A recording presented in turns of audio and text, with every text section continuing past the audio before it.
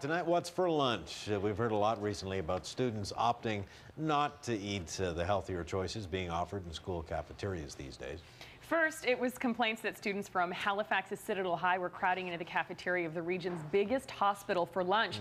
Then last week, we reported about junior high students in Lower Sackville, Nova Scotia, flocking to a local bar for pizza and pop to avoid healthier options. Yeah, certainly stories like this have many schools, many parents wondering how we can get eating healthy at lunch back on track.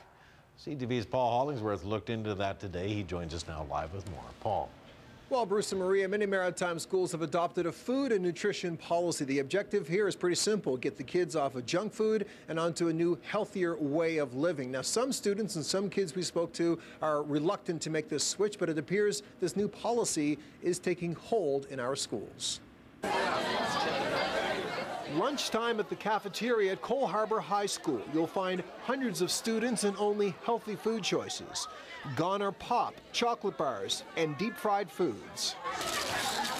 In their place, subs, sandwiches, and pizza, all made with whole wheat bread. There's also juice, milk, and fresh fruit. It's all part of the Nova Scotia food and nutrition policy, which became reality in September of 2006. It's all about choice. We know that when it comes to food. So if you provide them with a variety of different healthy choices, then they can choose. According to Diana DeBlee, the more time passes, the more students are making the switch from junk food to healthier food. But there are exceptions. Sure, it's good for you, but it's not very tasty. That's why me and my friends, we go over to Harbour Place to eat because they have fries there and we really like those. That opinion aside, a great majority of the students we spoke with enjoy the healthy menu. I prefer the subs, the 6-inch subs. It's pretty much like going to Subway and you get to pick what you want on it. Some people don't like it, but a lot of people would rather healthy food than greasy, junky food. DeBlee says she can sense the progress and is confident with time, more young people will continue to eat healthier foods, thanks to the choices in schools. The strategy is simple: keep kids informed, and over time, they'll make the adjustment in their dietary decisions. Well, I see it as a change of mindset. I think we've come such a long way in our recycling programs, where we've come such a long way in our smoking cessation programs.